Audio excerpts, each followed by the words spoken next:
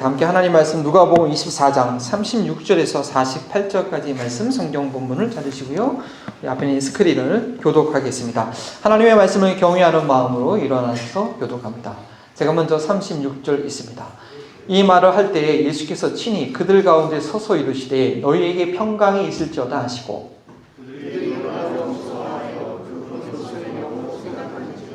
예수께서 이르시되 어찌하여 두려워하며 어찌하여 마음에 의심이 일어나느냐.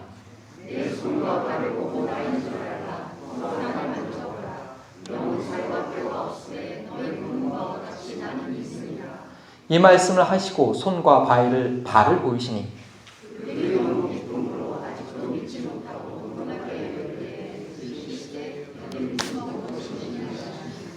이에 구운 생선 한 토막을 드리니 또 이르시되 내가 너희와 함께 있을 때에 너희에게 말한 바 곧 모세의 율법과 선지자의 글과 시편에 나를 가리켜 기록된 모든 것이 이루어져야 하리라 한 말이 이것이라 하시고 또 이르시되 이같이 그리스도가 고난을 받고 제3일에 죽은 자 가운데서 살아날 것과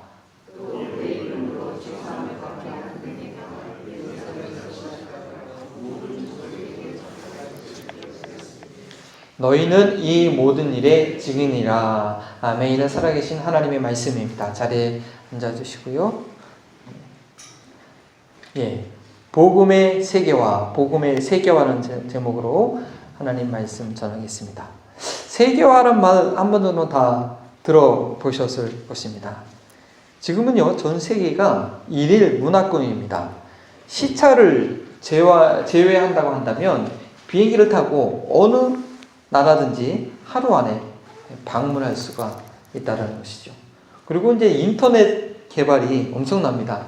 전 세계의 어떠한 뉴스라도요, 인터넷에 웹상에 올리기만 하면 1초 안에 전 세계에 알려지게 됩니다. 그래서 이 세계화는 피할 수 없는 흐름입니다. 물론 세계화의 경제적인 각 나라마다 어떤 장단점이 있겠지만 이 세계화의 물결에 정하지 못하면 결국 후퇴하게 되죠. 근데요, 이 인류의 세계화는 하나님께서 처음에 의도하신 것이 아닌가라고 생각이 됩니다. 왜냐하면 아담과 하와를 창조하시고 온 땅에, 온 세계에 번성하라고 말씀하셨으며 이 세상에 있는 모든 민족에게 복을 주시는데 누굴 통해서요?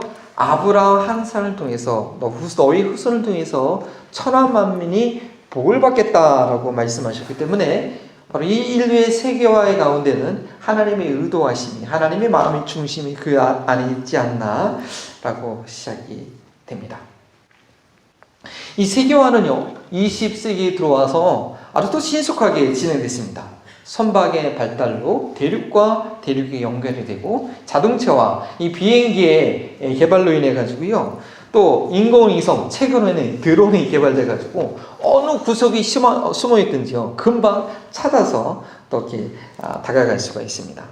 설명드렸지만 이 인터넷이 사람들의 생각과 그 감정을 서로 이렇게 순식간에 공유하면서 전 세계 문화가 이렇게 하나가 되어지는 그런 공동체를 만들고 있는 것을 저희가 보게 됩니다.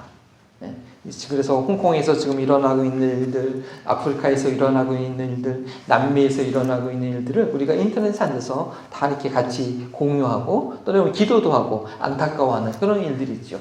근데요, 전 세계 70억 인구 중에서 그래도 이 인터넷을 사용하는 인구는요, 반밖에 되지 않는다고 합니다.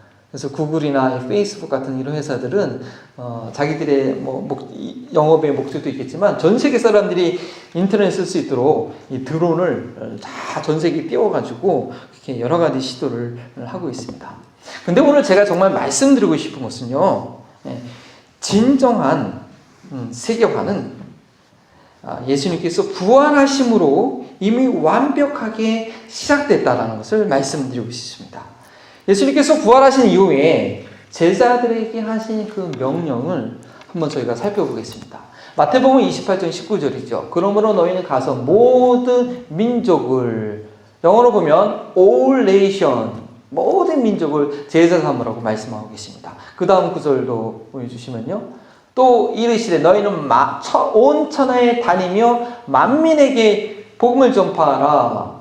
영어로 보면 좀 더 정확하죠. 그 정구절 다시 보시면 all the world 그리고 all creation.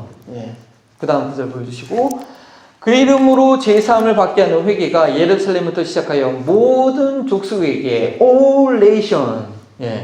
예수님이 부활 실천하신 다음에 제자들한테 준 명령의 사이즈가 보통이 아닙니다. 전 세계를 두고 얘기하고 계십니다. 예수님께서 공생애 사역할 땐 그러지 않았거든요. 공생애 사역할 때는 주로 이제 이스라엘 사람들, 차라리 잃어버린 이스라엘 백성들에게 찾아가라. 가나안 여인한테 자식의 뜻을 취해서 계획이 들들 수 없다. 이렇게 되게 나름대로 편협한 그런 사역이셨는데 부활하는 순간 예수님의 그 사역의 범위가 전 세계로 확장되는 것을 볼 수가 있습니다. 바로 복음의 세계화를 부활과 함께 선포하신 것입니다. 인간의 기술력으로 볼 때는 아직도 인류의 50%밖에 인터넷을 사용할 수 없지만 예수님께서는 이미 2000년 전에 연한 사도들과 그와 함께 있던 무리들에게 온 세계를 향해서 복음을 전하라고 그렇게 과감하게 담대하게 명령하고 계십니다. 그런데 이것이 가능한 이유가 뭐냐? 부활하신 예수님께서 하늘과 땅의 모든 권세를 가지고 계시고 오늘도 살아 계시기 때문입니다. 인공위성이 지구를 이렇게 수백 대 수십 대 인공위성이 돌아가면서 전 지구를 살피는 것처럼요. 인공위성의 그 성능은 얼마가 안 되기 때문에 여러 대를 돌려야 되는데 우리 예수님께서는 온 우주를 통괄하시기 때문에 지금도 하늘과 땅의 권세를 가지고 그 주님의 백성들을 그의 삶을 지키시고 보호하시고 인도하고 계신다는 것입니다. 영원히 있는 곳이라면 그 어느 곳이라도 우리 주님께서 함께 하셔서 그 모든 것을 통치하고 계십니다. 마가복음 마지막 장 마지막 구절에 이렇게 되어 있습니다. 우리 함께 한번 읽어볼까요? 시작. 제자들이 나가 두루 전파할새 주님께서 함께 역사하사 그 따르는 표적으로 말씀을 확실히 증언하시니라. 그렇습니다. 제자들이 나가 전할 때 우리 주님께서 가만히 하나님 보호자 우편에 앉아 계신 것이 아니라 주님께서 함께 그것 가운데 역사하시고 그것을 확실히 증언하시는 것입니다. 바로 이 복음의 세계화는 2000년 전에 이미 주님께서 선포하셨습니다. 그런데 이 복음화를 방해하는 것이 있습니다. 그래서 교회가 심각하게 힘을 잃고 그 나아가야 할 방향을 잊어버리게 되는 것입니다. 그리고 교회를 구성하는 우리 그리스도인들도 이 삶도 마찬가지죠. 우리 구한말 조선시대에 이게 한민족이 되게 힘들었던 어려웠던 그 이유가 무엇입니까? 나름대로 이유는 있었겠지만 세국 정치로 인하여서 나라가 근대화되지 못하고 결국 일제의 침략을 받게 되는 그런 어려움을 겪었습니다. 그리고 지금 북한이요 핵을 포기하지 않으면서도 무역 제재를 해제해달라고 막 그냥 계속 그렇게 요청하는 이유가 세계화가 되지 않으면 세계화 교류하지 않으면 이 지구상에서 남아나지 승진하지 못하기 때문입니다. 그런데요 교회와 그리스도인들은 그 이상으로 복음의 세계화에 헌신하지 않는다면 그 마음의 문을 열지 않는다면 교회가 교회로서 존재할 수 없고 하나님의 놀라운 부흥, 하나님의 그 역사의 흐름에 함께 동참할 수 없게 된다는 것입니다. 그래서 오늘 저희는 이번 주 저희는 이 복음의 세계화를 막고 있는 것이 무엇인지 예수님께서 이 복음의 세계화를 선포하셨을 그 부활의 당시에 그 부활을 이해하지 못하고 받아들이지 못했던 그 제자들의 모습을 보면서 혹시 우리에게는 그런 모습이 없나 반성해 보기를 원합니다. 첫 번째, 이 복음의 세계화를 막았던 것은요, 누가 돌을 굴려줄까라고 걱정했던, 고민했던 이런 여인들과 같은 어려움에 대한 두려움 때문입니다. 안식 후 첫날 곧 예수님께서 돌아가시고 3일째 된 날 예수님을 무척이나 사랑했던 여인들 막달라 마리아와 야고보의 어머니 마리아와 살로메가 예수님의 무덤가에 가서 안식일 그 이후에 예수님의 시신에 그 기름의 향유를 바르고 싶은 그런 사모하는 마음이 있었습니다. 그런 열정이 있었는데 가만히 이렇게 생각해 보니까 근데 그 돌무덤은 누가 옮겨주지? 무작정 나서긴 했는데 그 돌무덤으로 막혀있는 그 어떡하나 서로 근심하며 걱정합니다. 마가복음 16장 3절이죠. 서로 말하되 누가 우리를 위하여 무덤 문에서 돌을 굴려주리요 하더니. 예, 한번 사진을 보여주겠습니까? 저런 거대한 돌, 여성 3명으로는 절대 옮길 수 없는 그런 돌이었습니다. 이들이 예수님께서 부활하셨다는 사실을 모르는 상태에서는요, 너무나 당연한 걱정입니다. 너무나 걱정해야 될 현실 인식입니다. 네. 그러나 부활의 소식을 듣고 알고 있었다고 한다면, 이런 그런 부활의 소식을 이미 알고 있는 상태에서 이런 말을 한다는 것은요, 그것은 뭐죠? 불신앙이죠. 예수님의 부활과 함께 이미 천사들이 그 돌을 옮겨 놓았기 때문입니다. 저희는 누구를 전하고 있는 것입니다? 전하고 있는 것입니까? 저 돌 무덤 안에 죽어있는 그 예수님을 믿으라고, 그를 구세주라고 믿으라고 전하는 것이 아니라 그 돌 무덤을 열고 부활하신 예수 그리스도를 증거하고 있는 것입니다. 부활하셔서 지금 이 순간에도 우리와 함께 하시는 예수님을 증거하는 것입니다. 그렇기 때문에 우리 앞에 어떠한 어려움이 있다 할지라도 이 여인들의 힘으로는 절대 움직일 수 없는 그런 돌과 같은 것이 분명 우리 앞에 있다 할지라도 우리가 예수님의 부활을 믿는다면 이 여인들과 같이 누가 우리를 위하여 무덤에서 돌을 굴려주리요 같은 그 고민은 할 필요가 없다는 것입니다. 이 복음의 세계화를 막는 것은 부활의 시각으로 문제들을 보지 않기 때문입니다. 마치 아직까지도 예수님께서 그 돌 무덤에 갇혀 있는 것 같은 그런 생각의 무덤에 갇혀 있기 때문입니다. 제주도에 가면요, 혹시 가보신 분도 계시겠지만 신비의 도로라는 것입니다. 일명 도깨비 도로가 가는데요. 저기 앞에 보이는 것이 보면 오르막길처럼 보이죠. 예. 근데 실제로 가면은 내리막길입니다. 그래서 차를 분명히 오르막길인데 차를 중립을 놓고 가만히 있으면 차가 저절로 올라갑니다. 그리고 이게 통을 이렇게 비임병을 넣으면 돌이 이렇게 막 병이 이렇게 올라가는 것을 느껴집니다. 왜냐하면 그 주변의 지형이나 제주도의 그 특별한 지형과 나무가 비스듬히 세워져 가지고 착시 현상을 일으키는 것이죠. 예. 제가 26살 한참 젊었을 때요, 저렇게 자전거를 타고 제주도 일주를, 저희 싱글이었을 때입니다. 이 제주도 일주를 할 때가 있습니다. 2박 3일간 저 자전거를 끌고 가는 건데요. 자전거 타면서 이렇게 아름다운 경치를 보면서 이렇게 보는 거죠. 근데 몇 시간은 괜찮은데요, 하루 종일 자전거 타고 나면 정말 힘들거든요. 저 무거운 배나 찌고서 그거 하려면 이제 넘기셔도 됩니다. 너무 힘들어요. 근데 쭉 가다 보면 이 해안도로를 따라가는데 저만큼 경사가 이만큼 쭉 있는 거야. 아이고, 저기를 또 어떻게 가나, 그냥 당장이라도 나 내리고 싶은 마음이 굴뚝 같은데, 근데 신비한 것은요, 입을 발짝 굳게 물고 그래도 내가 가야지, 포기하면 안 되지 하고 싹 막상 가면 어떻게 돼요? 이게 착시 현상이 있어요. 도리어 내리막길이라서 자전거가 쑥 내려가는 거예요. 예. 그걸 제가 보고 거기서 내려왔다면, 자전거에서 내려왔다면 참 아쉬운 거죠. 그래서 제가 그때 깨달은 게 있어요. 아, 그렇구나. 아무리 어려운 일, 내가 지금 보기 힘든 일이 있을지라도 절대 포기하면 안 되겠다. 예. 끝까지 가야겠다. 예. 밀고 나아가야겠다라고 그때 깨닫게 되었습니다. 이 세상은요, 저희가 천성을 향해 나아갈 때 우리에게 착시 현상을 일으킵니다. 너무나 쉽게 이룰 수 있는 것인데 사단이 우리의 눈을 속이고 거짓말합니다. 부활의 시각으로 보면 이미 그 돌이 옮겨졌음에도 불구하고 이 돌이 막혀있다고 어떻게 할 건가 걱정하게 하고 두려움을 주고 그 현실에 대처하지 못하게 만드는 것이죠.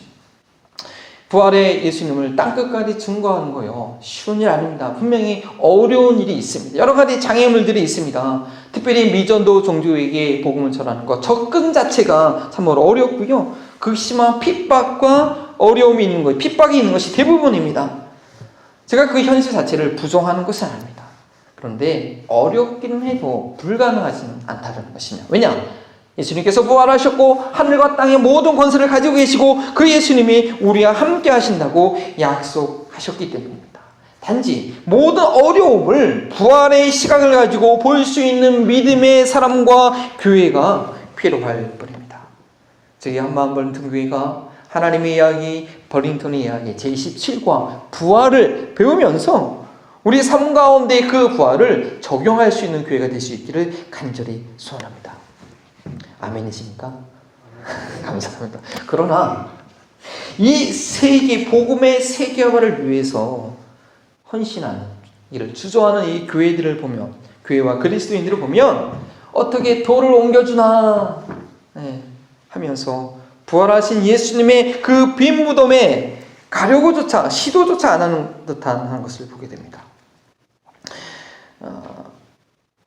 마리아는 걱정을 했죠. 걱정을 했지만 시도를 했습니다. 그래서 갔고 부활의 현장을 경험했습니다.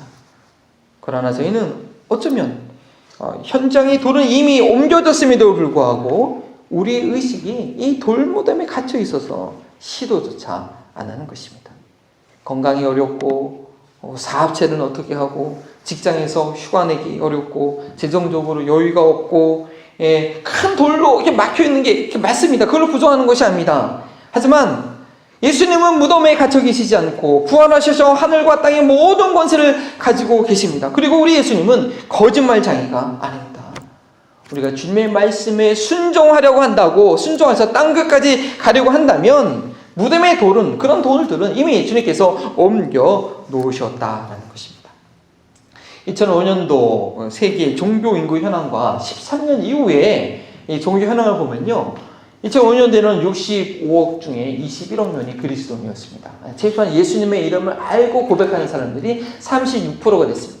그러나 13년 후에 인구는 75억으로 늘어났는데 그리스도인의 비율은 그만큼 따라가지 못합니다. 겨우 7천만 이렇게 늘어나지 않았기 때문에 4.5%가 감소하고 합니다. 인구의 성장 비율을 따라가지 못하는 거예요. 우리 복음의 세계화를 위해서 그리스도인들과 교회의 시각이 돌무덤에서 부활의 시각으로 바뀌어야 하는 것입니다. 교회는 처음부터 전 세계에 복음을 증거하도록 세워졌기 때문입니다. 교회가 이 시각을 놓치게 되면요, 하나님께서 행하시는 부흥을 경험할 수 없게 됩니다. 아니, 점점 쇠약해져서 명백조차 그 명백을 유지하기 어렵게 되는 것입니다. 매일 모이기는 하는데 주님께서 열심히 모이고 있는 저희들을 보시면서 너희들 뭐하고 있니? 그렇게 물어보고 계시는데 우리가 주님께서 명령하는 것과는 전혀 상관없는 그런 모임을 하고 있다면 도대체 너희들 모여서 뭐하고 있니? 라는 그런 책망을 받게 될 것입니다. 다락방에 모여서 두려움의 문을 꾹꾹 닫고 있던 그런 제자들에게 찾아오셔서 아버지께서 나를 보내니 나도 너희를 보낸다라는 말씀을 우리에게 지속적으로 하고 계시는 것입니다. 그러나 우리가 그 음성을 듣지 않고 이 복음의 세계화에 헌신하지 않는다면 요한계시록의 말씀처럼 촛대를 옮길 수도 있다는 것입니다. 끝까지 붙들고 있는 게 아니라 순종하지 않으면 촛대를 옮겨버리고 그래 너희들끼리 한번 해봐라 뭐가 되나라고 될 수도 있다라는 것입니다. 두 번째, 복음의 세계화를 막는 것은요, 죽은 가치를 추구하고 있기 때문입니다. 빈 무덤 앞에서 울고 있는 것입니다. 어디 앞에서요? 빈 무덤 앞에서 울고 있습니다. 왜 울고 있습니까? 예수님의 시체가 보이지 않는다고요. 예수님이 이미 부활하셔서 살아나셨는데 예수님의 시체가 보이지 않는다고 그 시체 때문에 여인들이 울고 있는 것입니다. 오늘 요한복음 말씀에는 울고 있는 여인들에 대해서 설명하고 있습니다. 막상 무덤에 이 돌을 누가 물려줄까라고 걱정하고 있었는데 막상 무덤에 오니까 돌 무덤은 옮겨졌어요. 그래서 없네? 근데 뭐도 없어요? 예수님의 시체도 없는 거예요. 그러니까 예수님의 시체에 이 향유를 바르려고 계획했던 이 들뜬 마음으로 들어했던 그들의 계획이 무산되면서 어떻게 할까? 요한복음 13장 말씀은요, 잘 표시해 주셨습니다. 자, 읽어보겠습니다. 천사들이 이르되 여자여 어찌하여 우느냐? 이르되 사람들이 내 주님을 옮겨다가 어디 두었는지 내가 알지 못함이다 라고 고백합니다. 예수님께서 다시 살아났으려고는 상상도 못했기 때문에 누군가 예수님의 시신을 가져간 줄 알고요, 자신들의 계획이 무산되자 한없이 서러워서 울고 있습니다. 예수님께서 부활하셨건만 마리아는 시신을 찾고 있던 것입니다. 예수님께서 정말 부활하시지 않았다면 저희가 이 마리아의 슬픔에 동감이 될 것입니다. 비참하게 돌아가신 것도 억울한데 시신조차 제대로 보존되지 않고 있다니. 그러나 시신이 없어진 것이 아니라 예수님께서 부활하신 것이라면 이 마리아의 울음은요, 분위기 깨는 참으로 어리석은 헛된 슬픔이라는 것입니다. 그런데 혹시 저희들도 그러한 모습은 있지 않습니까? 마리아가 부활을 몰랐기 때문에, 부활을 믿지 못했기 때문에 예수님의 죽은 시체를 여전히 찾으면서 슬퍼하고 있는데, 저희는 이런 것 때문에 슬퍼한 적은 없었습니까? 저희가 정말 무엇 때문에 상실감을 느끼고 있는 것입니까? 무엇이 없어서 우리가 좌절감을 느끼고 있는 것입니까? 죽은 것, 그리고 앞으로 죽을 것, 썩어질 것을 찾고 헤매고 그것을 찾지 못해서 그것이 없어서 울고 있는 것은 아닙니까? 혹시는 잠시 갖고 있다가 이제 잃어버릴 것, 그것이 없어서 주저앉아 소망 없는 자와처럼 슬퍼하고 있는 것은 아닙니까? 저희는 예수 그리스도의 부활을 믿고 영생에 대한 소망이 있는 자들입니다. 우리의 소망은, 우리의 생명은 어디에 있느냐? 저 하늘에 있습니다. 골로새서 3장 말씀해 보니까요. 그러므로 우리 함께 읽을까요? 네, 시작. 그러므로 너희가 그리스도와 함께 다시 살리심을 받았으면 위의 것을 찾으라. 거기는 그리스도께서 하나님 우편에 앉아 계시느니라. 위의 것을 생각하고 땅의 것을 생각하지 말라. 이는 너희가 죽었고 너희 생명이 그리스도와 함께 하나님 안에 감춰져 있음이라. 저희는 생명 가운데 살아가야 하고 있는 자들이기 때문에 영원하지 못한 것, 생명이 없는 것을 찾으려고 해도 찾을 수조차 없는 것입니다. 그것은 마치 부활하신 예수님을 무덤의 시체 가운데 찾으려는 그런 헛된 노력과 같습니다. 그리고 그것들을 구하게 된다면 결국 허망함과 후회함만 남게 될 것입니다. 우리가 세상을 살아갈 때에 재물이 필요합니다. 그러나 그 재물에 우리가 영원한 가치를 두지는 않습니다. 도리어 그 재물을 가지고 영원한 가치가 있는 것이 무엇인지 보여주어야 하는 것입니다. 에콰도르 원주민들에게 복음을 전하다가 20대 후반에 27살의 나이에 목숨을 잃은 그런 짐 엘리엇이 그의 일기에 남긴 유명한 명언이 있지 않습니까? 영원한 것을 얻기 위하여 영원하지 않은 것을 버리는 사람은 결코 바보가 아니다. 저가 순교하기 몇 달 전에 쓴 일기입니다. 바로 자기가 무엇을 선택할지, 나의 죽음이 결국 헛된 것이 아니라 아까운 것이 아니다 라는 것을 그는 이미 알고 그 흔적을 남겼던 것이죠. 선교는요, 가치의 싸움입니다.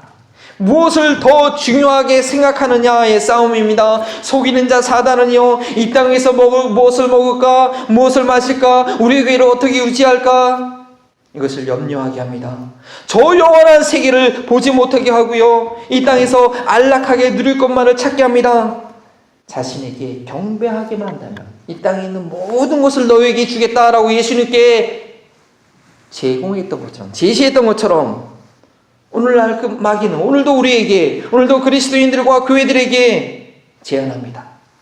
이 땅에서 모든 부귀와 영화를 누릴 수 있는 능력과 방법과 그 탁월한 기술을 줍니다. 단 영원한 나라에 대해서는 전혀 투자하지 않고 생각하지 않는 조건 아래서 말입니다. 교회에 엄청난 사람들이 모이게 하고 헌금이 막 쌓이게 합니다. 단 절대 선교하지 않고 교회 안에 모든 인력과 자원을 자신들이 이곳에서 안락하게 믿음 생활할 수 있도록 모든 시설물에 투자한다는 조건 아래서 말입니다.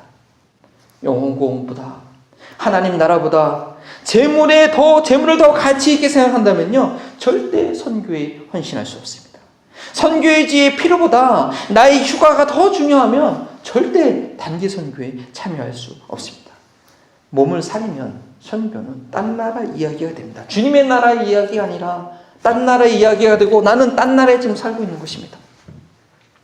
이 세상을 살아갈 때 가정이나 건강이나 재물이 결코 중요하지 않다라는 것이 아닙니다.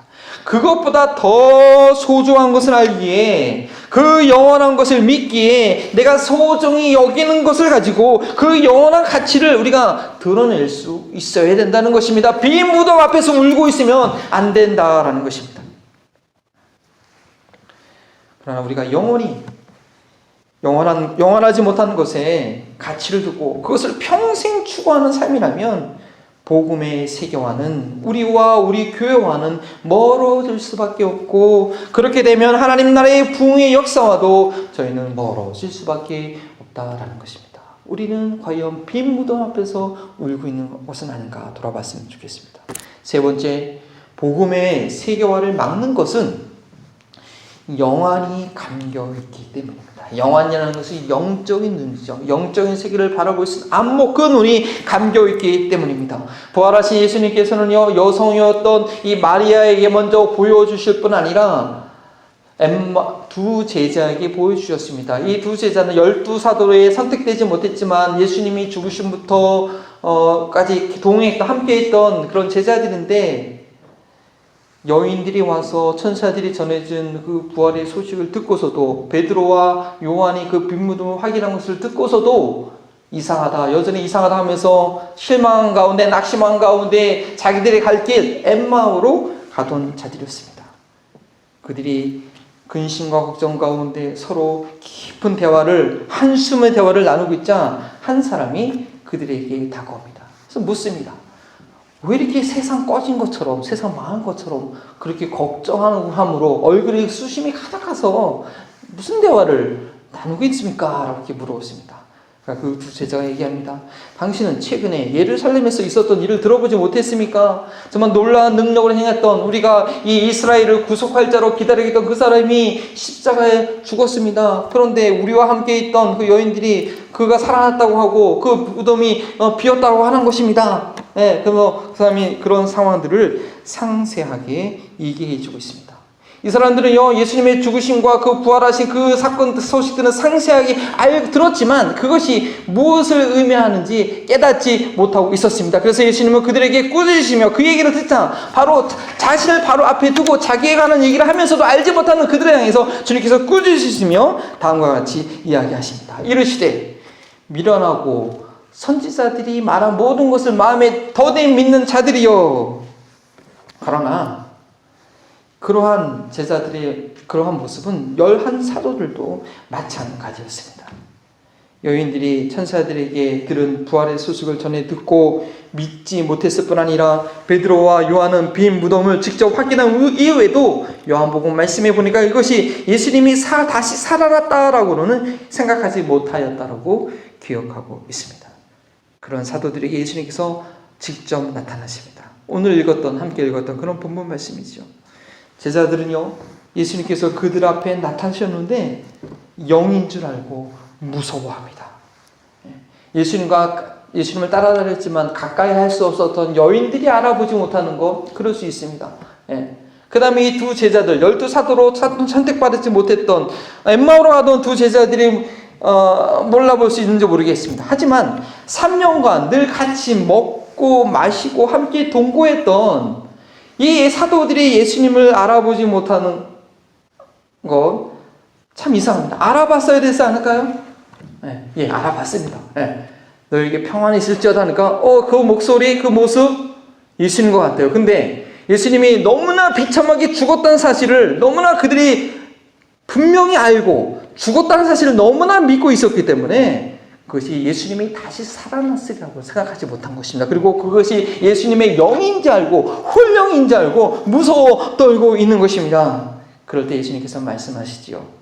영은 살과 뼈가 없으되 나는 살과 뼈가 있다. 내 손과 발을 보라라고 말씀하십니다.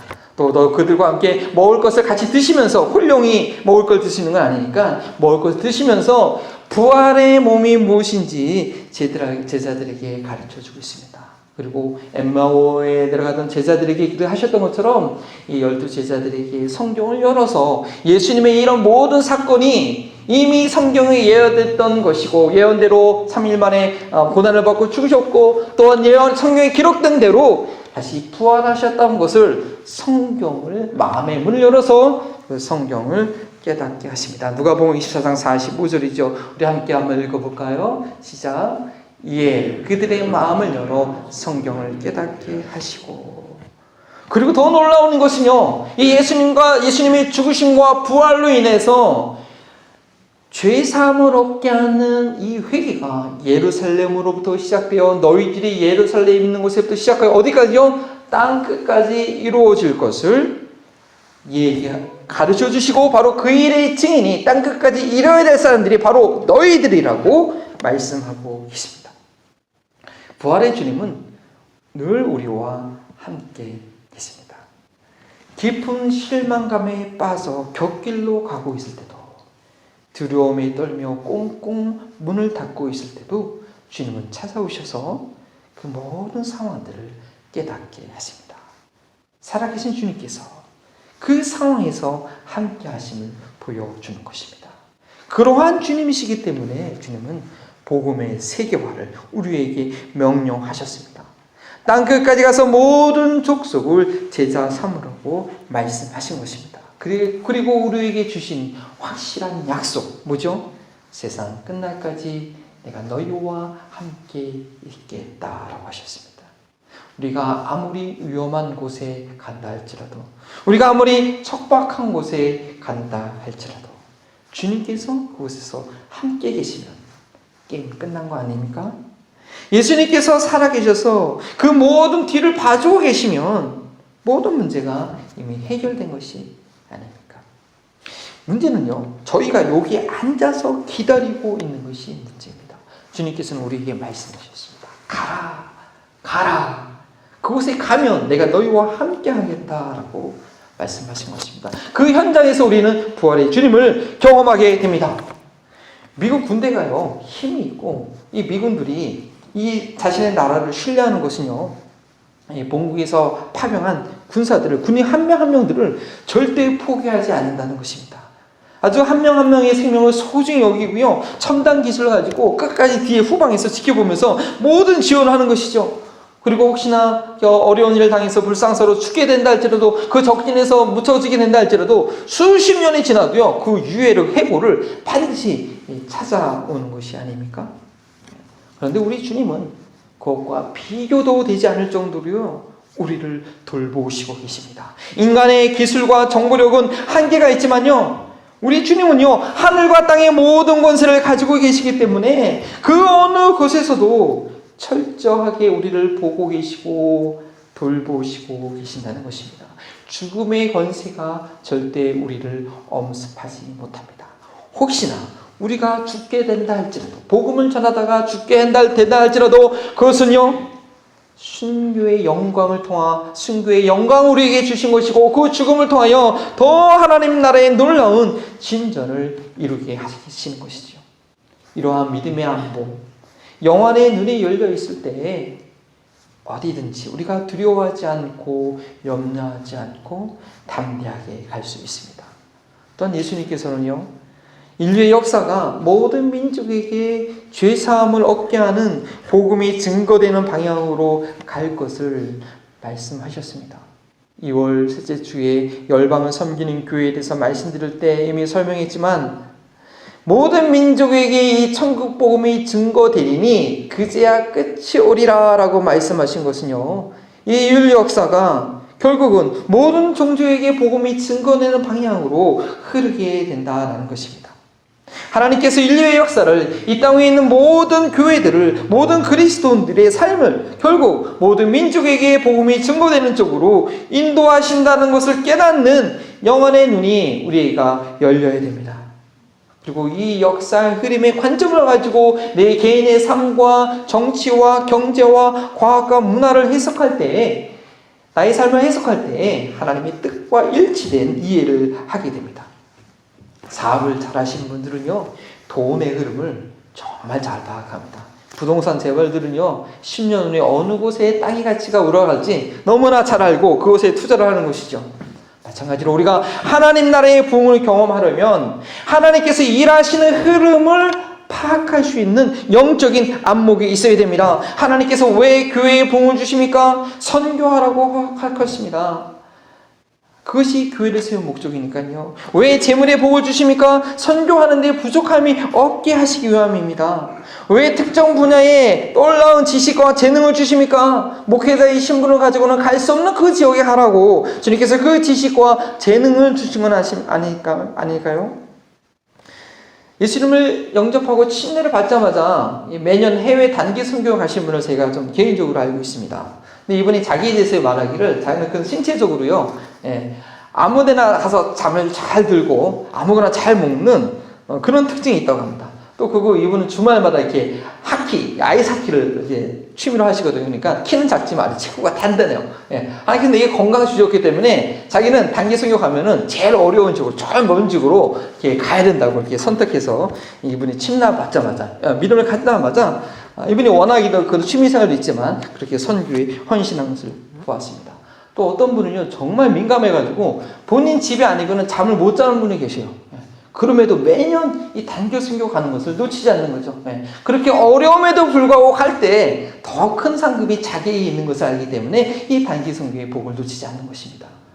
또 80이 넘으신 은퇴하신 선교사님인데요, 이 텍사스에서 20시간 비행기 타고 2번 갈아타고 가는 이 부탄 지역까지 선교 가시겠다고 하길래 제가 선교사님 반드시 그 의사의 건강 검진을 받고 가세요라고 이렇게 말씀 제가 걱정해서 했는데 가뿐하게 벌써 몇 번이고 이 부탄에 다녀오는 것을 제가 보았습니다.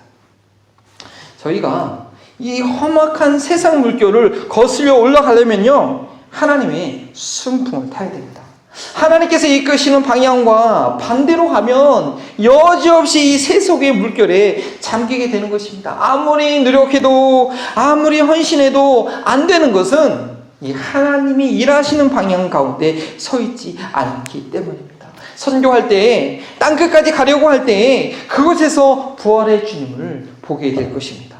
모든 종족에게 복음을 전하려고 하는 그 교회와 살기 현장 가운데 하나님의 은혜가 흐르고 하나님께서 일하시는 것을 저희가 경험하게 됩니다. 저희 교회가 그런 곳이 되기를 우리 모두 간절히 소원하길 바랍니다. 아멘. 아멘. 저희 교회가 선교사님 한 분을 후원하고 있는데요. 기회가 되면 저희가 방문하려고 또 선교팀에서 준비하고 있는데 정말 하나님의 은혜로 가장 합당한 곳을 저희가 감당하게 되었습니다. 선교의 최전방은 아직 복음이 충분히 전해지지 않은 미전도 종족이어야 합니다. 왜냐하면 모든 종족에게 복음이 전해져야 주님께서 이 땅에 다시 오신다고 약속하셨기 때문입니다. 전 세계에 17,000여 개의 미전도 종족이 있습니다. 그 중에서 7,000개 전도 종족에 아직 복음이 전해지지 않았습니다. 자생하는 교회가 아직 없는 것이죠. 그 중에서 이 7,000개의 미전도 종족이 어디에 가장 몰려있을까 해서 빨간 점이 미전도 종족이거든요. 그 중에서 이렇게 인도에 가장 빨간 점이 많고요. 그 중간 가운데서도 저희가 후원하는 저 서벤갈 한 번 더 눌러주시면 저희가 바로 서벤갈 점인데 빨간 게 아주 그냥 여러 군데에 찍혀 있습니다.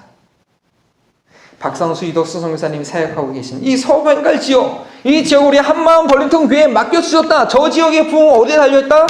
우리 교회에 달려있다라는 믿음을 가지고 우리가 새벽마다 열심히 하루도 빠지지 않고 선교사를 위해서 지금 기도하고 있는 것입니다. 하나님 허락하시면 우리가 직접 그 현장을 보고 와야겠죠. 긴 말씀을 마무리하기 원합니다. 이 들은 말씀을 우리가 어떻게 적용해야 될지 이 세 가지 이야기, 누가 이 돌을 옮겨줄까? 이 어려움에 대한 것, 빈 무덤에서 울고 있다, 영혼의 눈이 가려있다라는 것을 들으면서 우리가 어떻게 생활해야 되는지 여러분 이미 마음에 새겼을 것입니다. 우리가 깨달은 대로 행할 수 있도록 성령님의 도움이 저와 우리 교회 가운데 필요합니다. 이 인류의 세계화는요, 과학기술이 점점 개발되면서 진행됐는지 모르겠지만 복음의 세계화는 언제요? 이미 2000년 전에 예수님께서 부활하심으로 이미 이루어졌습니다. 그때나 지금이나 똑같은 약속, 어떤 약속? 하늘과 땅의 모든 권세를 갖고 계신 예수님께서 우리와 함께 하신다는 그 약속이 있기 때문에 이미 복음의 세계화는 이루어졌습니다.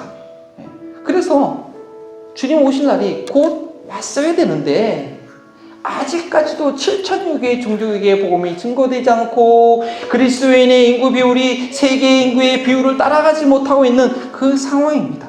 왜 그럴까요? 부활을 처음 경험했던 그 제자들의 문제점이 우리 가운데 있는 것입니다. 어려운 가운데 문제의식이 돌무덤에 갇혀있기 때문입니다. 죽어있는 것, 썩어질 그 가치에 매여 있기 때문입니다. 하나님이 일하시는 그 흐름을 보지 못하기 때문입니다. 부활은 기독교의 가장 중요한 핵심 진리입니다. 이 부활이야말로 다른 사상과 다른 종교와 차이가 나게 합니다. 그런데 이 부활을 믿는 것은 단지 지적으로 동의하는 그런 문제가 아니라 우리가 삶 가운데 어떻게 반응하냐의 문제입니다. 우리가 문제 앞에 있을 때 어떻게 생각하느냐, 내가 정말 안타까우고 울고 구하고 있는 것이 무엇이냐, 이 땅에서 썩어질 것이냐, 저 하늘나라의 영원한 것이냐, 주님께서 바로 내 앞에 계시고 그 주님을 바라보며 주님께서 이끌어 가신 대로 나를 드릴 수 있느냐의 문제라는 것입니다. 부활절에만 부활을 축하합니다, 기뻐합니다, 이것이 부활을 믿는 것이 아니라 과연 우리는 그 부활의 주님을 어떻게 따라가고 있느냐, 어떻게 삶으로 고백하느냐가 중요한 것입니다. 이건 한 주간의 삶도 주님께서 여러분의 삶의 현장에 보내셨을 때 거기서 말씀하시는 주님의 음성을 듣고 잃어버린 영혼을 찾기에 그들에게 관심을 갖는다고 한다면 주님께서 여러분과 우리 교회를 땅끝까지 보내게 되실 것입니다. 모든 염려와 근심을 주님께 맡기고 함께 일어나셔서 찬양 드리시겠습니다.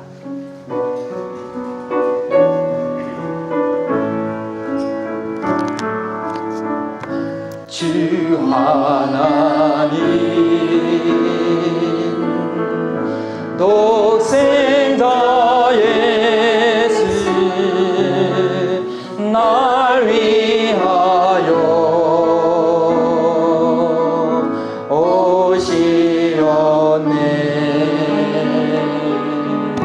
내 모든 죄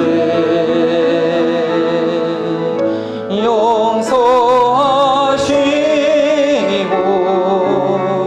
죽음에서 부활하신 나의 구세주, 살아계신 주 나의 참된 소망, 살아계신 주 나의 참된 소망, 걱정 근심 전혀 없네. 사랑의 주는 밝길 인도하니 내 모든 삶의 기쁨 늘 충만하네. 주 안에서 거듭난 생명 도우시니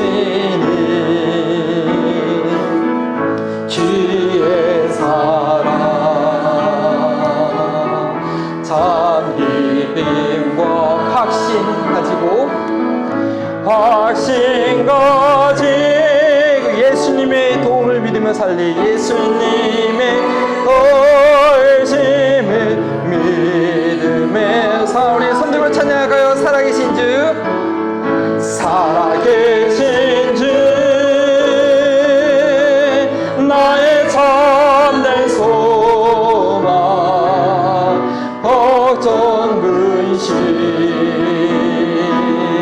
전혀 없네. 사랑의 주 내 갈 길 인도하니, 사랑의 주 내 갈 길 인도하니 내 삶의 기쁨 충만하네.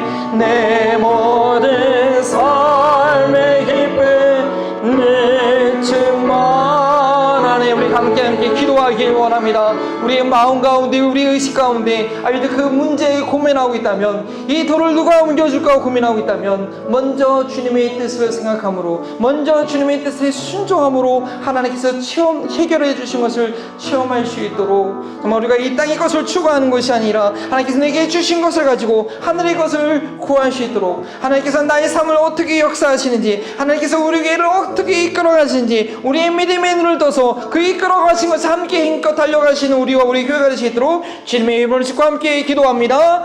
주여, 살아계신 하나님, 주님의 부활의 주님을 다시 한번 이 시간 기억하게 하시니 감사합니다. 주님께서 우리와 함께 하심을 다시 한번 상기시켜 주시니 감사합니다. 아버지는 이 도로줄과 굴려줄까 하나님 고민하고 하나님 생각하는 그런 어린 성원자가 되지 않도록 도와주시옵시고, 복음의 세계화를 이룰 수 있도록 언제나 우리가 주님의 뜻을 찾고 주님을 구하며, 주님께서 부활의 주님께서 우리와 함께 하심을, 부활의 주님께서 나의 삶을, 우리의 교회를 이끌어 가심을 믿음의 눈으로 볼 수 있도록 주여 우리 영혼의 눈을 열어 주시옵소서. 우리의 믿음을 더하여 주시옵소서. 주님께서 행하십니다. 주님께서 운행하십니다. 주님께서 우리를 다스려 주십니다. 그 주님을 신뢰하게 하옵소서. 그 주님을 따라가게 하옵소서. 그 주님을 마음에 다시 한번 하나님 모셔드리며 의지하며 그 주님과 함께 서 있는 저희를 되게 하여 주시옵소서. 아버지 감사합니다.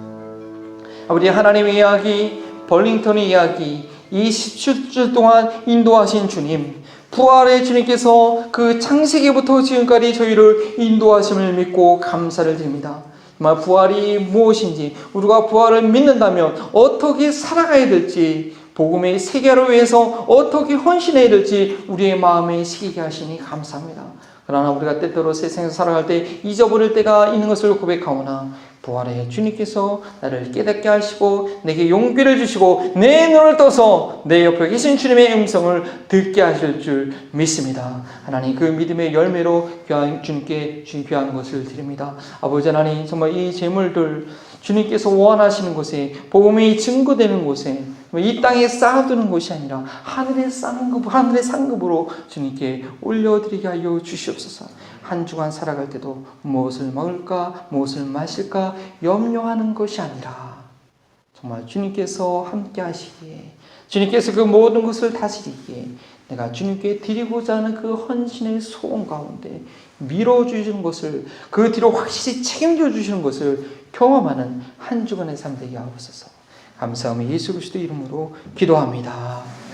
이제는 하늘과 땅의 모든 권세를 가지시고 계신 예수 그리스도의 은혜와 인류를 한 가족으로 만들어주신 하나님의 사랑하심과 땅끝까지 이르러 복음 전할 능력을 주시는 성령님의 교통하심이 부활의 주님과 함께 삶의 현장에, 그리고 주님께서 보내시는 모든 곳으로 담대히 나아가기 원하는 우리 한마음 벌림턴 교회 모든 가족들과 이 지역사회와 함께하는 모든 이들에게 지금부터 영원토록 함께 하시기를 축원하옵나이다.